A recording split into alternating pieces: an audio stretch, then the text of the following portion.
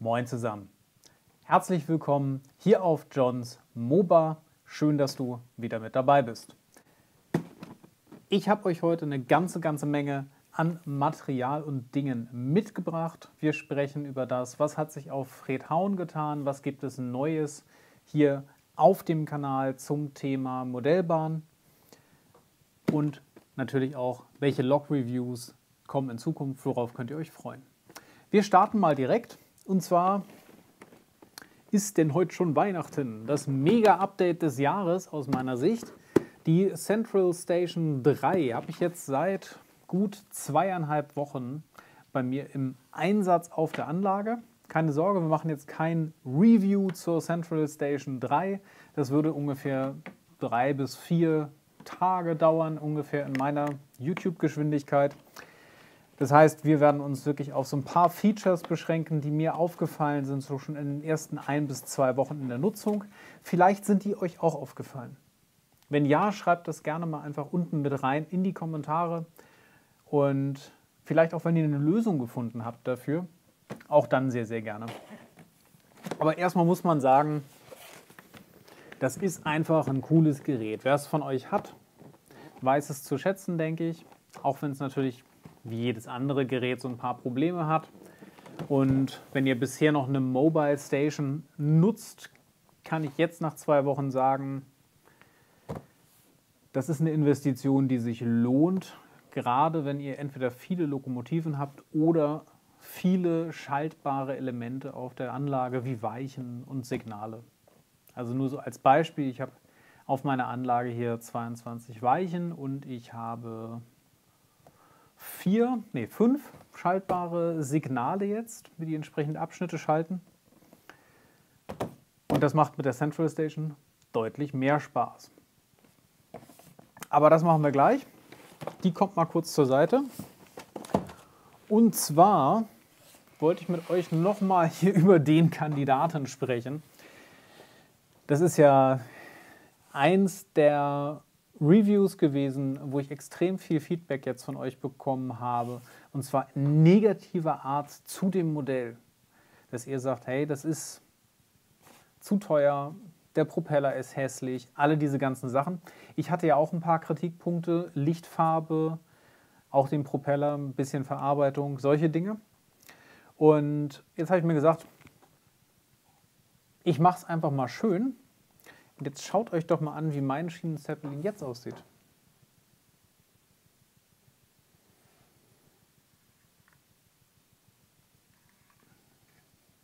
Was habe ich gemacht?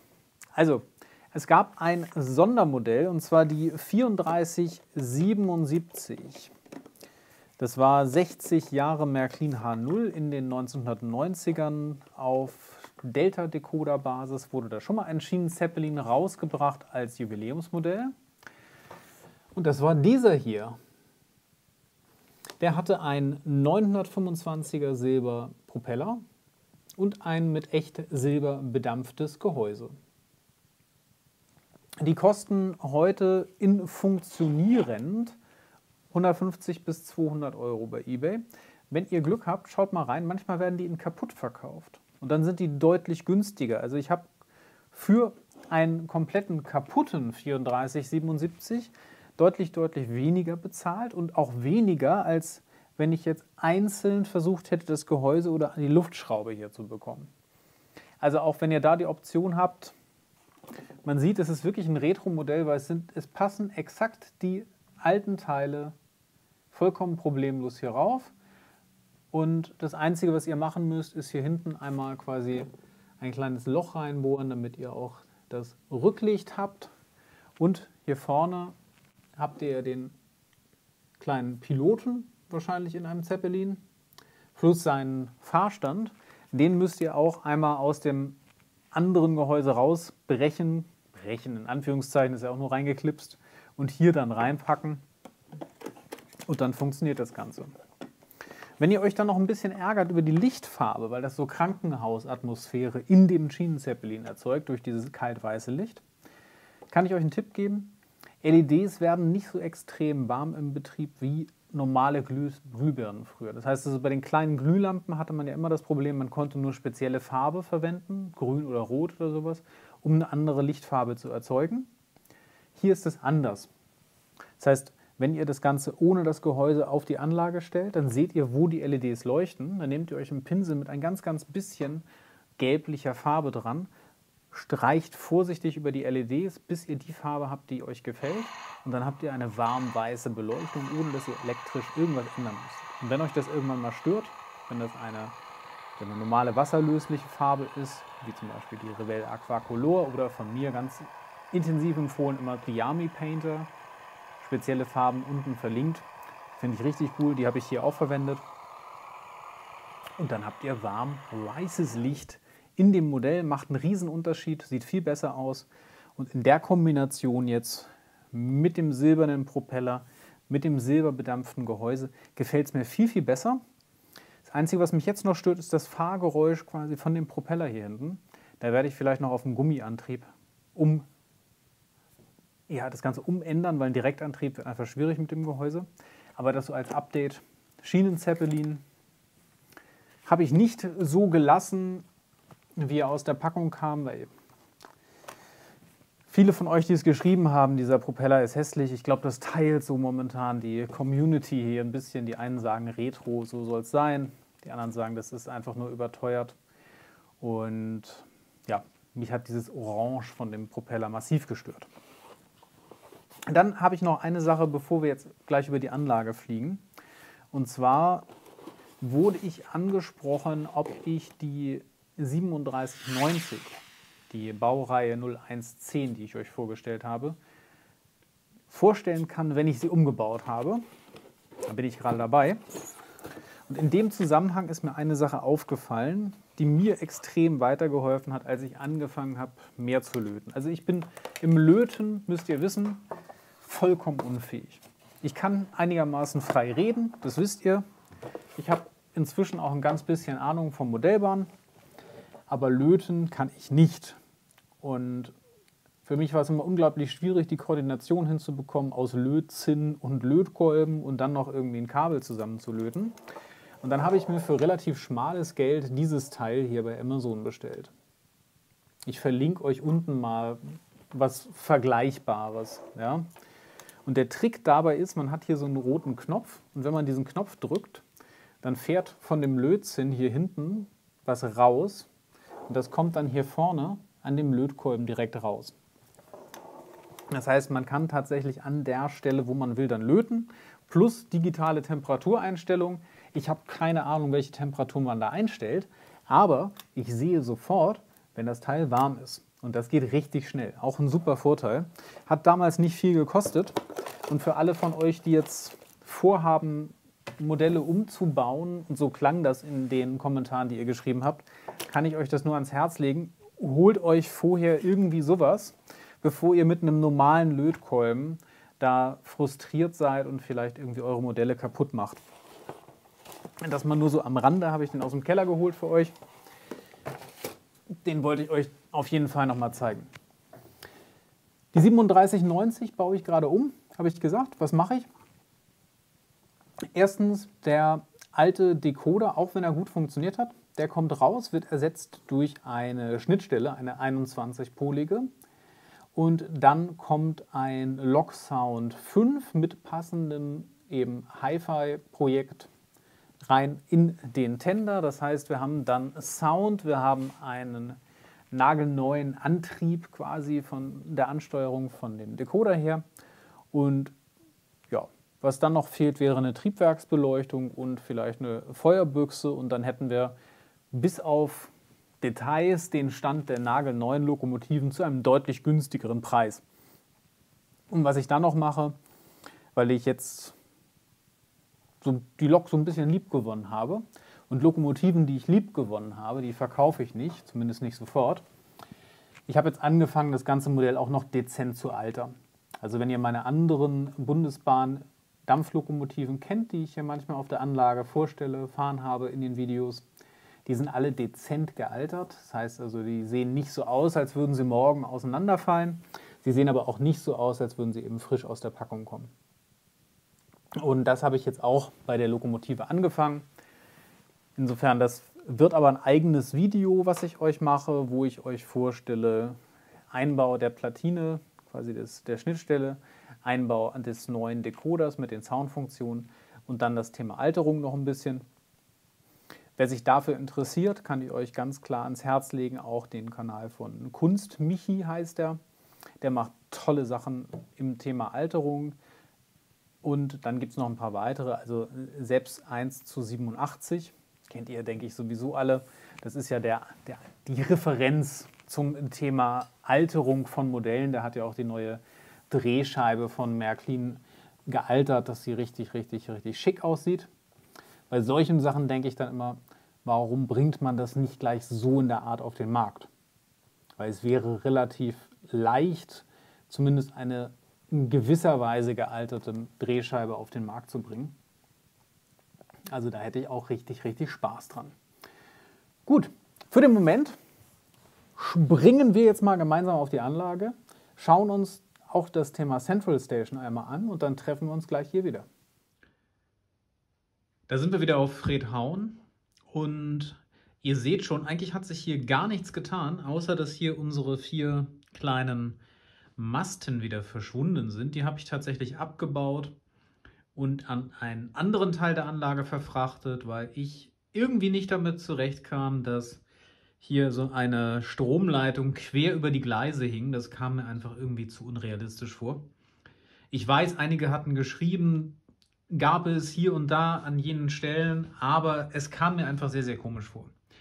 Einziges kleines Update, was es hier tatsächlich gab, ich habe die Rückseite hier der kleinen dänischen Signale in hellgrau angemalt, so wie die auch tatsächlich im Original sind. Das heißt, wir haben quasi die Front in rot und die Rückseite in hellgrau von den alten Formsignalen. Genau. Und hier seht ihr, hat sich nichts weiter getan, sieht alles so aus, wie ich euch das beim letzten Mal vorgestellt habe, bis auf den Bereich hier hinten. Und ihr erkennt, glaube ich, so eine ganz leicht diese Linie hier schon. Das ist nämlich die Freileitung, die jetzt hier ganz hinten an der Wand lang durch die Anlage läuft. Ja, also die habe ich hier quasi ganz hinten an die Kante gestellt, gefällt mir da ganz gut und gibt einfach nochmal so einen weiteren Einblick oder so, sagen wir so einen weiteren perspektivischen Blick hier auf die Anlage. Ja. Jetzt seht ihr hier tatsächlich auch schon da einen der nächsten Review-Kandidaten. Premiere, eine E-Lokomotive. Ja. Sowas muss es auch mal geben. Da dürft ihr gespannt sein, ist ganz interessant.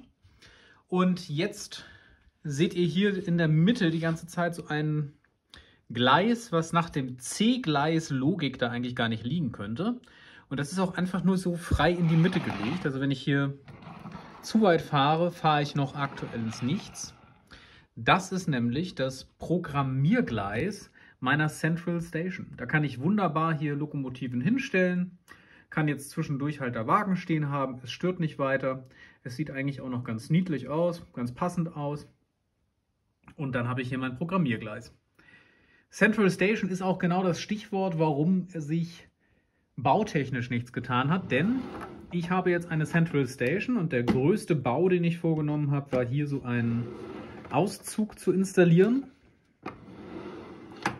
Und jetzt kann ich auf diesem Auszug meine Central Station lagern und habe jetzt hier die Möglichkeit, eben direkt die Anlage zu steuern. Ja, das Ganze ist jetzt aktuell noch relativ hemdsärmlich. Ich hatte eigentlich gehofft, dass das von der Höhe her passt. Aber ihr seht es passt nicht. Es würde passen, wenn ich meine Schutzleiste hier abbaue. Die habe ich einfach vergessen, als ich hier diesen Auszug bestellt habe. Der sagte, du hast so und so viel Zentimeter in der Höhe. Wird wunderbar funktionieren, wenn ich nicht diese schöne Schutzleiste hier hätte. Ja, mal überlegen. Also ist jetzt aber auch kein Beinbruch vorm Start der Anlage, sie da rauszunehmen und da eben hinzustellen. Ja, also wir schauen uns jetzt noch mal ein bisschen die Central Station gemeinsam an. Da habe ich so ein paar Anmerkungen schon zu. Aber das war es, was sich hier anlagentechnisch getan hat. So, Central Station, da fährt sie hoch. Das erste, was mir tatsächlich aufgefallen ist, der Bildschirm hat tatsächlich die Färbung von dem Rot, so wie ihr das jetzt in dem Video seht. Das ist kein echtes Rot, sondern so ein Orange. Also der Bildschirm, das merkt man jetzt aus heutiger Sicht schon, ist eben kein ganz hochaktueller Touchscreen tatsächlich. Funktioniert super, ja, das gibt überhaupt kein Problem. Aber man merkt es einfach so in der Bedienung. Ja, was cool ist, ist hier diese mega große Stopp-Taste, finde ich. Das ist schon extrem hilfreich. Ich hätte gedacht, dass man da aus Versehen draufkommt. Habe ich tatsächlich bisher noch nicht gehabt. Und auch die beiden haptischen Knöpfe hier, die geben ein gutes Feedback, sind angenehm zu bedienen. Also das macht richtig Spaß. Was aber am meisten Spaß macht, wenn ihr diese Central Station hier vor euch habt, ist das hier. Und zwar diese Gleisbilder, die man hier aufbauen kann. Und ich habe tatsächlich hier jetzt mal mein gesamtes Gleisbild nachgebaut. Das ist hier, wenn wir jetzt mal anschalten, der Bahnhof, den wir hier vor uns sehen mit den beiden Signalen. Ich habe keine Rückmeldegleise, ich habe Augen, ich schaue ja direkt drauf. Ja, wir sehen hier die beiden Signale von eben, wir sehen die beiden Lokomotiven, die hier stehen. Und wir könnten jetzt hier eben direkt in der Central Station dann die Gleise freigeben und auf grün schalten. Ja, und da seht ihr, fährt sie schon los. Sie war nämlich so eingestellt, dass sie hier tatsächlich eine Geschwindigkeit hat. Deswegen müssen wir mal kurz auf Stopp drücken. Ich weiß nämlich nicht, wie meine Weichen da hinten eingestellt sind und was da noch an Rollmaterial steht. Aber das kann man ja hier wunderbar nachgucken. Ja, also das wäre jetzt hier der Hauptbereich und jetzt kann ich hier eben auch meine Signale wieder umschalten, wie ich möchte. Im Endeffekt, beziehungsweise sogar, wenn man will, kann man hier eben auch Lichter mit einbauen, sodass man Licht mit einschalten kann. Also da bin ich tatsächlich sehr überzeugt von. Das funktioniert wunderbar. Auch das Anlegen der Anlage ist relativ schnell. Also dann fuchst man sich doch recht schnell rein. Und auch mit dem Thema Lokomotiven, Lokbilder, was es da alles so gibt. Ja, da seht ihr, was ich jetzt so aktuell hier auf der Anlage angelegt habe oder fahre. Man kann hier wunderbar auch so Verbände bilden. Also das hier ist zum Beispiel jetzt ein Zugverband, wie man so schön sagt, mit Funktionen. Den müssten wir uns wahrscheinlich mal hier an ranziehen, dass man das sehen kann. Und jetzt kann ich hier die einzelnen Funktionen schalten von dem ganzen Zugverband, was in meinem konkreten Beispiel heißt, dass eben komplett in allen Wagen, die hier in diesem Verband drin sind, das Licht angehen würde. Also wenn man hier auf Bearbeiten einmal gehen würde.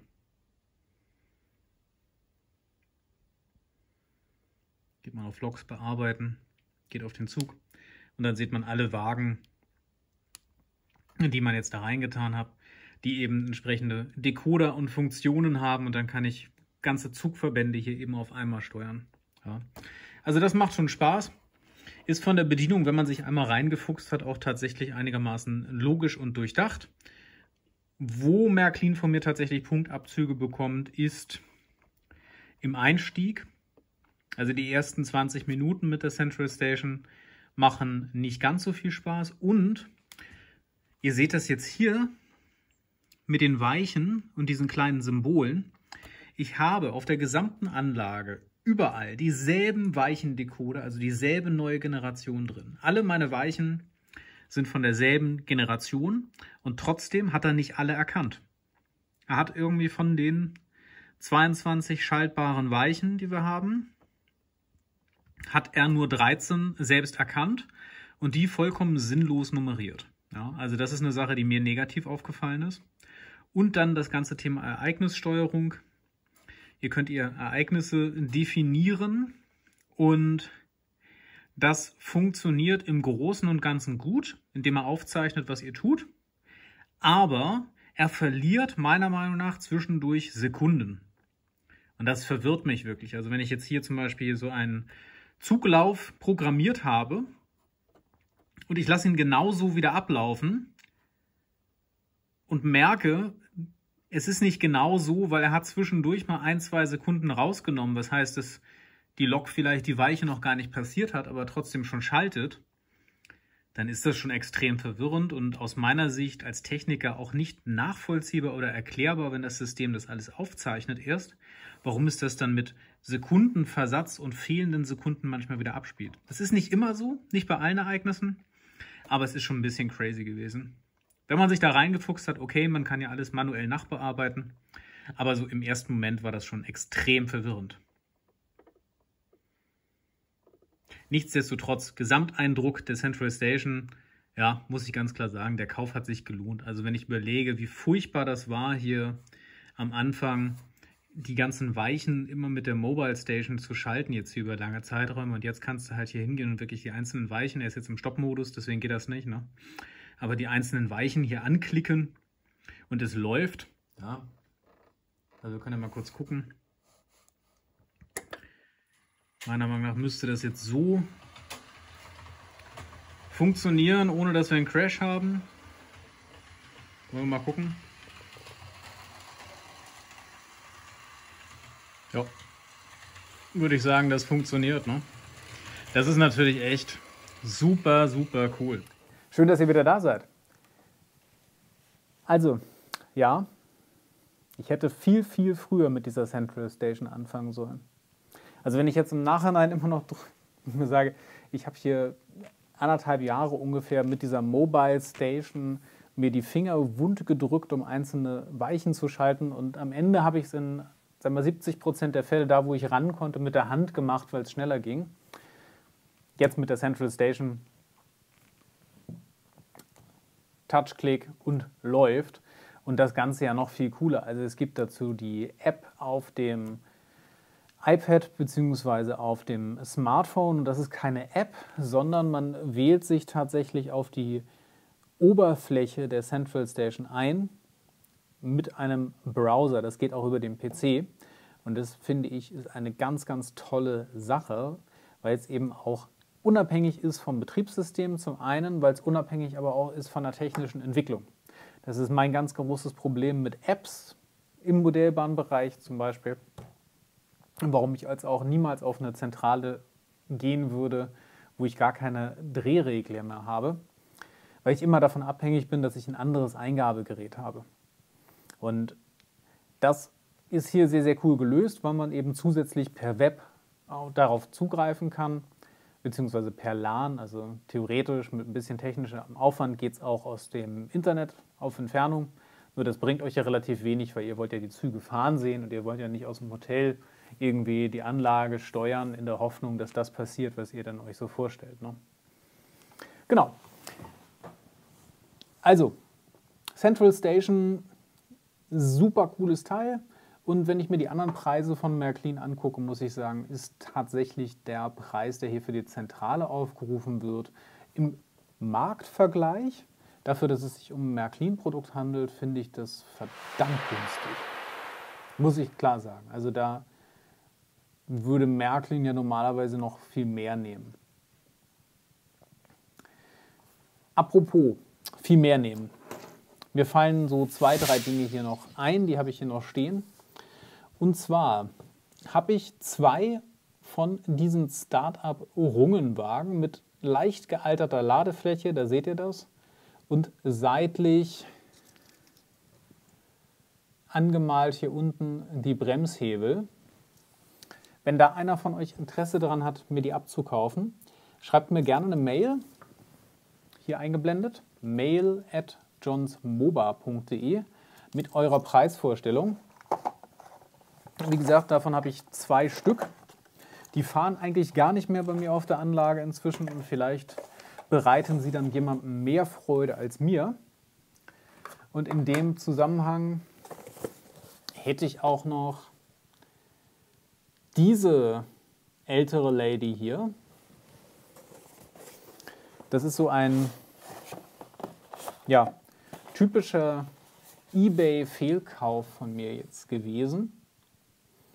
Das ist eine analoge Lokomotive. Zustand ist meiner Meinung nach eigentlich ganz akzeptabel.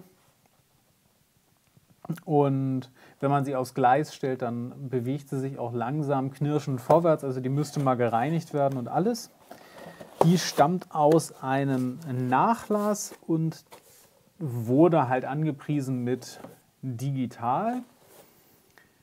Und ich hatte jetzt die Hoffnung, dass der Vorbesitzer vielleicht wirklich einen Decoder verbaut hatte, hat er aber nicht.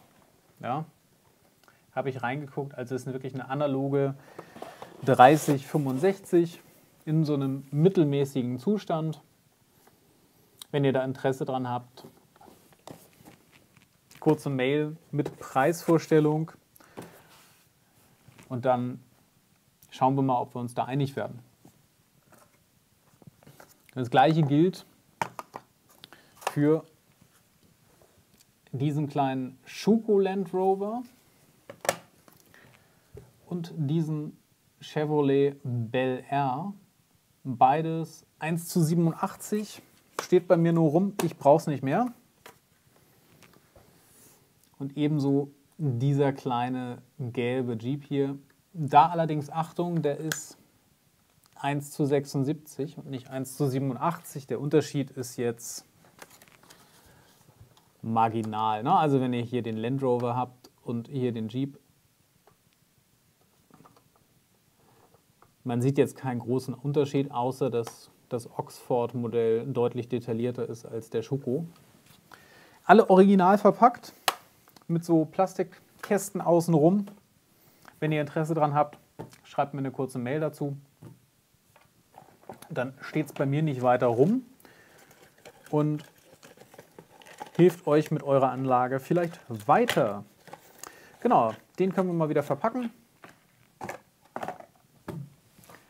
Und für heute war es das an Themen. Ich habe mich sehr gefreut, dass du wieder mit dabei warst. Ich freue mich, dass du auch so lange jetzt in dem Video hier mit dabei geblieben bist. Wenn du noch mehr Videos von mir sehen möchtest, habe ich jetzt hier ein paar für dich verlinkt.